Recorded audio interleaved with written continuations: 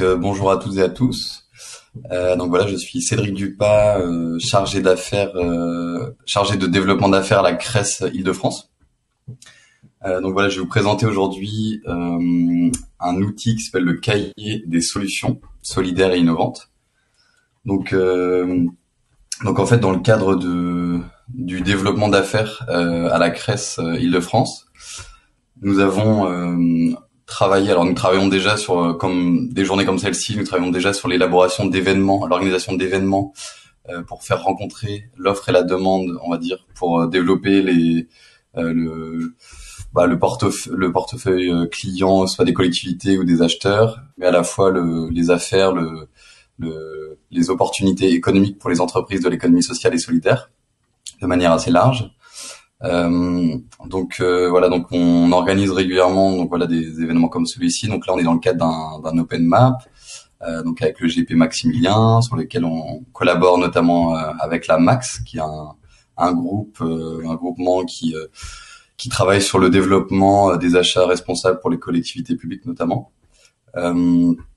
Et en fait, donc voilà, il y a plusieurs volets et sur le fait de développer, on va dire, les opportunités dans ce type de développement d'affaires responsable. On s'est rendu compte qu'il y a plusieurs problématiques, que ce soit au niveau de la structuration de l'offre ou au niveau aussi de la demande. Ça peut être des problématiques notamment de sourcing, car par exemple, il y a beaucoup de collectivités ou d'acheteurs qui sont très intéressés pour développer leurs achats responsables, mais qui n'ont pas forcément accès à l'offre ou qui ne connaissent pas l'offre disponible en fait d'économie sociale et solidaire. Alors parfois l'offre n'existe pas, ce qui est assez rare car l'économie sociale et solidaire s'étend en général dans tous les secteurs d'activité, quasiment tous les secteurs d'activité. Et voilà, il peut y avoir aussi des difficultés de part et d'autre pour se mettre en lien. Donc nous à la CRES, on travaille là-dessus sur comment favoriser les liens. Et dans ce cadre, on a collaboré avec la région Île-de-France. Enfin, on est subventionné par la région Île-de-France pour développer donc le cahier des solutions solidaires et innovantes. C'est un projet qui est en cours de construction. On va dire qu'aujourd'hui, on n'est pas sur l'aboutissement total de ce cahier, mais c'est en cours de développement. Du coup, alors. Donc ce cahier s'adresse à, comme je vous le disais un petit peu, à deux cibles principales, les collectivités et les entreprises de l'économie sociale et solidaire. Pour les collectivités, ce cahier, c'est une forme de catalogue un peu pour avoir un panorama non exhaustif. Donc j'appuie bien là-dessus car l'idée c'est pas de recenser toutes les entreprises de l'économie sociale et solidaire dans telle ou telle filière, mais c'est d'avoir un peu un échantillon représentatif pour avoir une idée des solutions qui existent en fait tout simplement. Pour les entreprises de l'ESS, l'objectif c'est de renforcer leur visibilité auprès des collectivités territoriales. Et je vois que j'ai oublié la fin de ma phrase. Et des collectivités territoriales et aussi des acheteurs en général, car il peut aussi être diffusé auprès d'autres acheteurs qui ne sont pas forcément des collectivités. Mais il a été construit en tout cas pour les collectivités territoriales. Donc je vais vous présenter en 4 parties cette présentation. Alors on va partir d'abord sur les critères d'éligibilité. Alors juste pour rappeler un petit peu comment ça va se dérouler cet atelier, moi je vais faire ma présentation de cela et ensuite on pourra, si vous avez des questions-réponses, des questions en tout cas, vous pouvez commencer un petit peu à les préparer. Et en fait, comme vous l'avez vu, il n'y a pas de chat, donc vous pourrez lever la main et on pourra vous faire intervenir, on va dire à la fin de ma présentation. Donc les critères de sélection pour intégrer le cahier des solutions. Donc là, c'est pour les entreprises de l'ESS. Alors en fait, nous, on est parti sur clairement la loi de l'ESS. On n'est pas allé chercher une définition plus complexe. Donc c'est déjà assez complexe déjà de cadrer l'ESS. Donc pour être éligible, il faut faire partie de l'ESS, on verra les critères après, avoir une offre à destination des collectivités, avoir déjà testé cette offre et être en mesure de se déployer en Île-de-France. Il se peut notamment que certaines structures n'aient pas à ce jour une offre destinée aux collectivités. Notre travail aussi, c'est de sensibiliser des entreprises en fait qui n'ont soit qui n'ont pas pensé à offrir, à présenter leur offre aux collectivités, ou en tout cas à collaborer avec des collectivités, et en tout cas les sensibiliser sur la possibilité de le faire. C'est-à-dire que des fois, ça peut être un petit peu complexe et des fois il y a un manque de juste simplement de connaissances sur les marchés publics.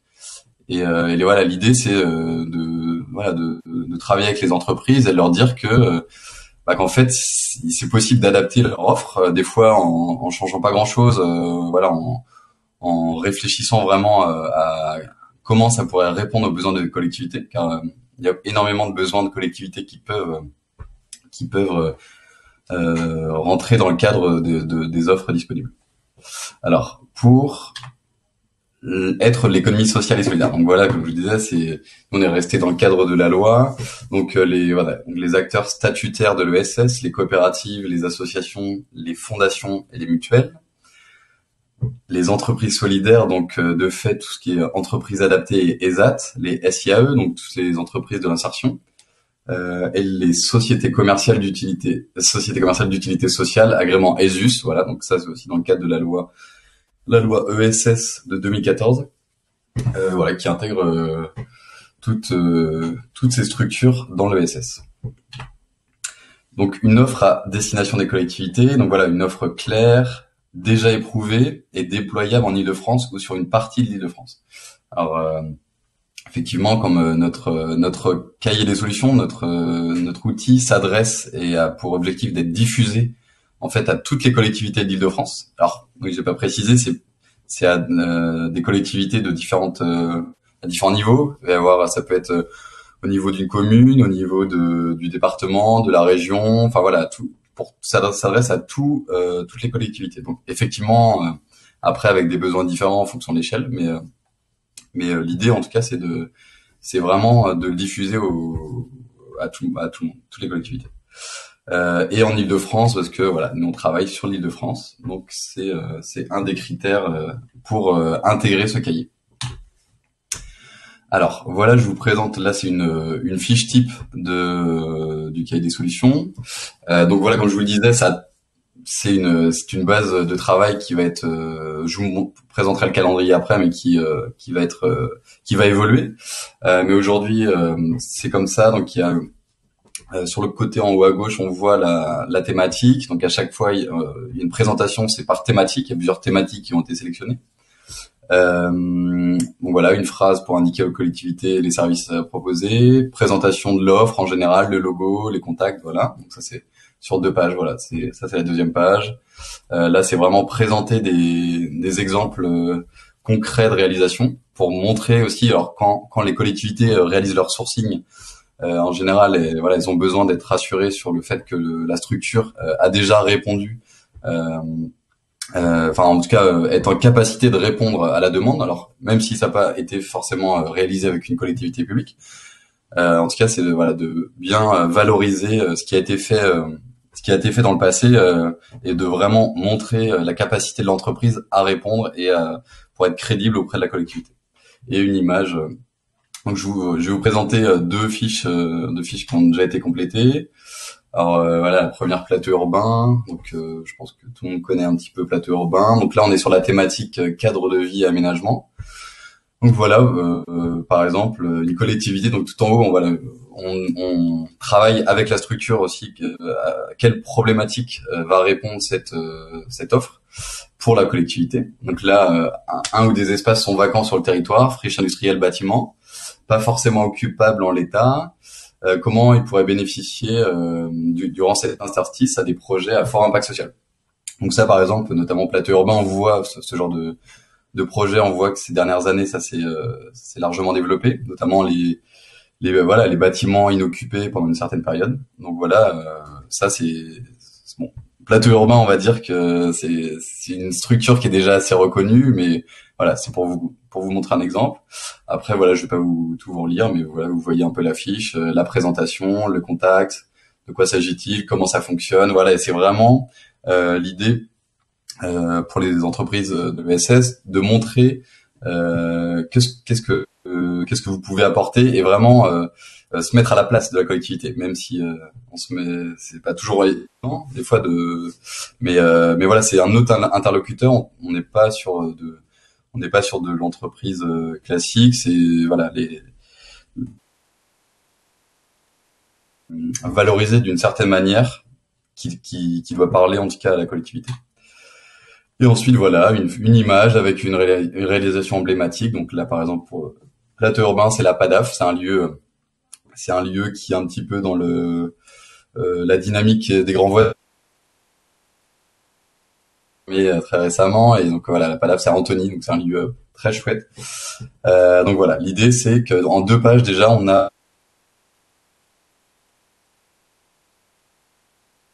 si elle a un besoin comme celui-ci, il y a vos contacts, il y a les coordonnées, il y a le numéro de téléphone, on vous appelle et on discute ensemble des possibilités de mettre en place ce type de projet. Je vous en présente une autre. Donc là, c'est Biocycle. Donc voilà, Biocycle, qui est une association qui travaille sur le gaspillage alimentaire et notamment les enjeux de l'économie circulaire. Donc voilà, la problématique. Vous souhaitez vous inscrire au cœur de la transition alimentaire en prévenant et réduisant le gaspillage alimentaire à l'échelle de votre collectivité et territoire. Voilà, Biocycle ont déjà une offre pour répondre à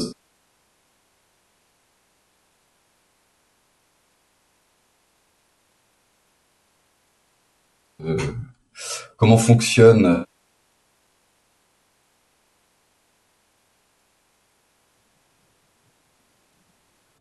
enfin valoriser possible, en tout cas. Cédric, enfin, pour moi ça coupe. Je sais pas s'il faut peut-être que tu enlèves ta vidéo quelques instants parce que ça coupe un petit peu.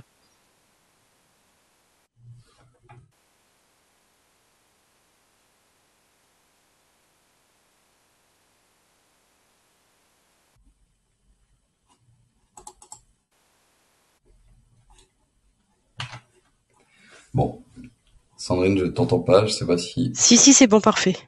C'est Ok, parfait. très bien. Ok.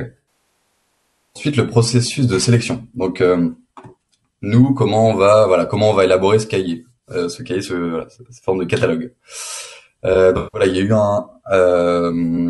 donc il y a dans un premier temps, donc ça c'est, je parle vraiment pour les entreprises de l'ESS qui veulent intégrer le cahier. Donc téléchargement du template de présentation de la structure. Donc les 2 fiches que je vous ai montrées auparavant, mais vierges. Envoi de la présentation à la CRES, donc à moi en particulier. Contrôle interne des critères d'éligibilité. Donc les critères que je vous ai présentés auparavant, aide de l'ESS, avoir une offre à destination des collectivités. Ensuite, travail avec la structure et co-construction de la présentation. Donc voilà, c'est un travail qu'on va faire ensemble aussi pour savoir quelle problématique cela répond.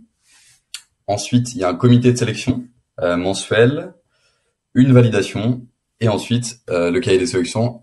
Le cahier des solutions est actualisé. Donc comme je vous le disais, là on est sur une base de travail.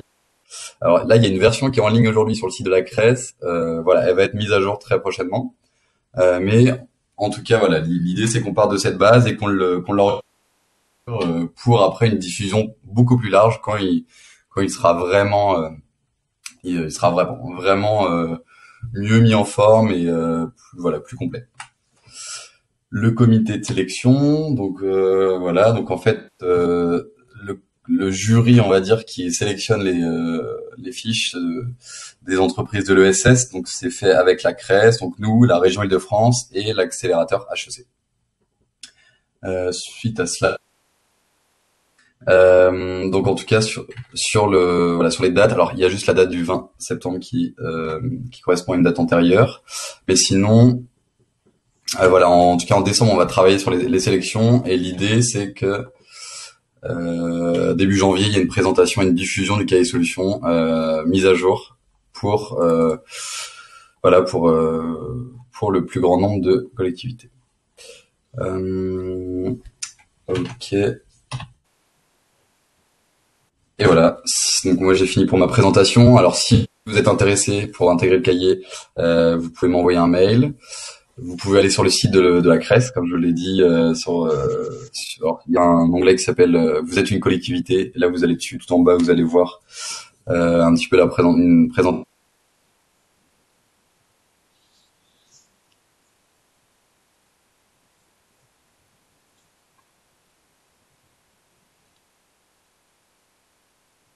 On t'entend plus.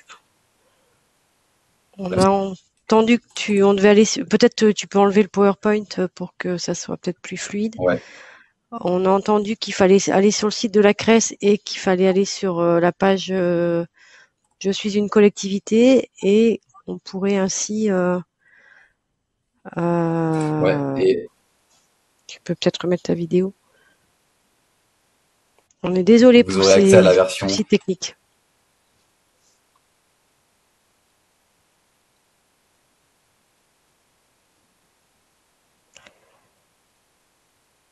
Définitivement, on t'entend plus. Et pourtant, ouais, moi j'avais une première question à te poser, mais si on t'entend plus, c'est un peu embêtant. Là, tu m'entends ou C'est pas? bon, Cédric? Oui, c'est bon, on t'entend. Ok. Donc on va sur le site de la CRES. Tu peux nous répéter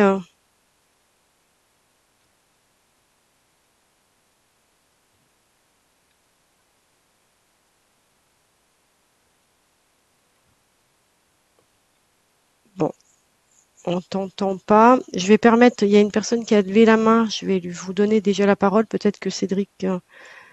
Euh, voilà, Monsieur Millier, vous aviez une question. J'espère que Cédric va pouvoir vous répondre. Je crois qu'on peut pas m'entendre. Si, on vous entend parfaitement là. Non, et alors effectivement, j'ai du mal à suivre du fait des coupures de connexion.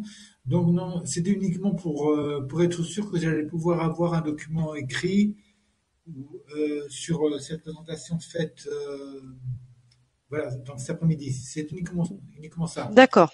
Parce que Bon. voilà, j'ai du mal à suivre, voilà. Mais bon, c'est des aléas de la technique, quoi. Alors, il paraît qu'il y a beaucoup d'événements aujourd'hui numériques en Île-de-France, donc du coup, c'est pour ça aussi peut-être que les réseaux sont fébriles. Donc oui, effectivement, de toute façon, on va transmettre euh, toutes les présentations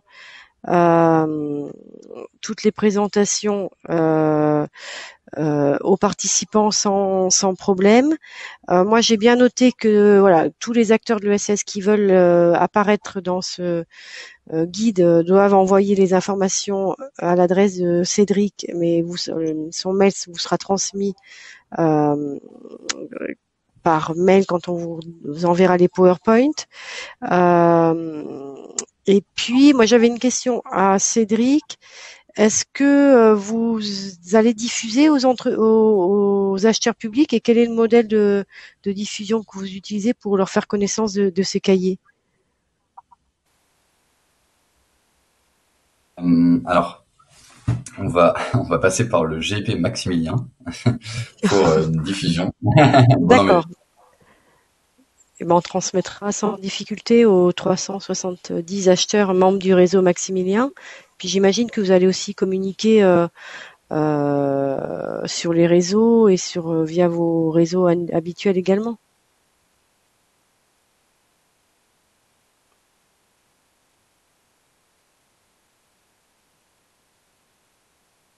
On va considérer que qui ne dit mot consent.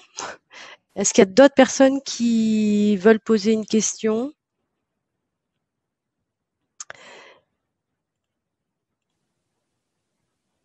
Madame Reynaud, on vous entend. Oui, oui, bonjour. Bonjour. Je voulais savoir s'il y avait des domaines d'activité ciblés ou si vraiment on pouvait. Enfin, moi, je suis dans le secteur de l'événementiel et du coup, je voulais savoir si également pour ce type d'activité, on pouvait être référencé dans le cahier.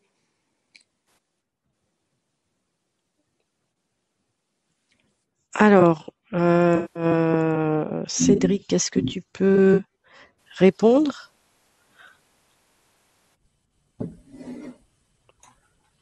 Cédric, est-ce que tu nous entends? Parce que malheureusement, madame, je n'avais pas la réponse. Oh.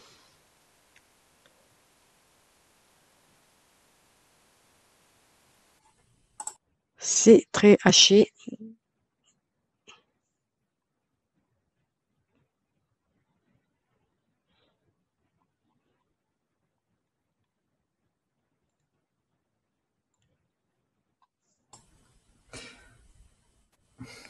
Mais Oui, Sandrine, Cédric. excuse-moi, j'entends mal, je Oui. pense qu'il y a un problème technique. Tu peux me répéter la question?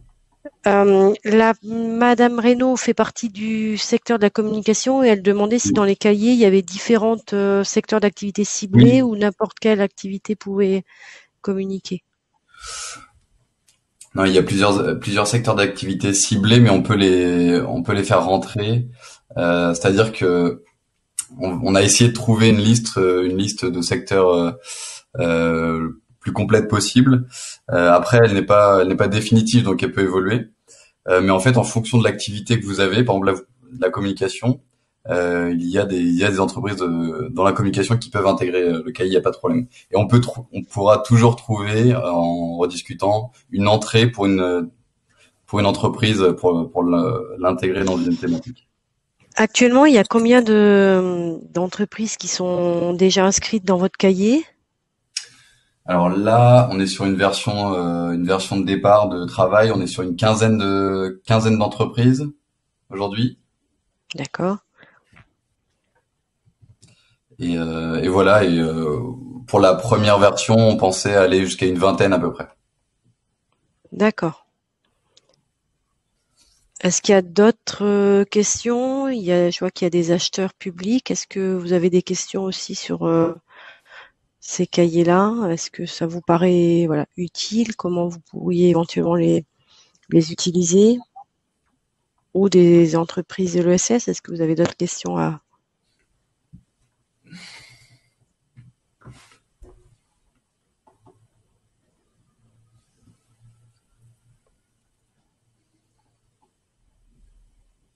Bon, pas de questions particulièrement. Alors, en tout cas, En tout voilà, cas, nous... ouais, Vas-y. en tout cas, si vous avez besoin de plus d'informations, vous pouvez m'écrire directement et ensuite ou même appeler directement à la CRES. Donc on pourra travailler ensemble sur votre intégration dans ce cahier et aussi sur l'idée de comment dire d'adapter son offre pour les collectivités.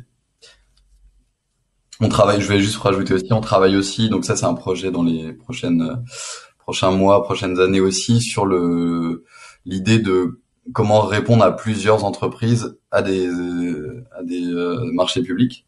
Donc par exemple sur la création de consortiums ou de groupements. Donc voilà, donc ça c'est aussi des thématiques. Si vous êtes intéressé, vous pouvez venir vers nous et on pourra en discuter. Nous, en tout cas, côté Maximilien, qui avons régulièrement des questions aussi d'entreprise, ça fait partie des besoins d'être accompagné sur des réponses en groupement voilà, de commandes à des marchés. Donc, vous, quel est l'accompagnement que vous pouvez proposer à ces entreprises? Alors aujourd'hui, donc on n'a pas encore une offre qui est sortie là-dessus, mais c'est quelque chose qu'on est en train de travailler. Ça va être un accompagnement, alors à la fois sur faire des événements, faire intervenir justement des consortiums ou des groupements qui ont déjà réussi à avoir des marchés pour faire des retours d'expérience, aussi de la formation juridique, de la formation voilà sur des détails très précis, très techniques, sur voilà comment monter à plusieurs un consortium, un groupement, et c'est aussi de la sensibilisation parce que il y a aussi beaucoup d'entreprises qui n'osent pas répondre à un marché public seul car ils trouvent ça trop gros. Et en fait, c'est voilà des fois c'est aussi montrer que c'est possible et montrer des exemples de réussite.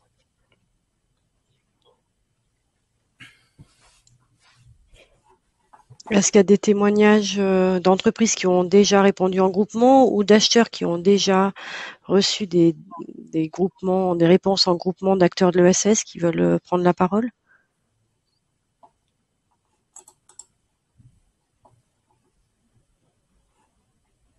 J'ose pas désigner des personnes dont Que je tu connais les sais. noms, hein. Je sais pas, du côté de la Solidéo, par exemple, Louis, vous avez certainement eu beaucoup de réponses à des marchés. Est-ce que vous avez un petit retour d'expérience à nous faire sur la société de livraison des Jeux Olympiques? Ou pas de... Ah, Louis Gaucher, qui a levé la main. Mince.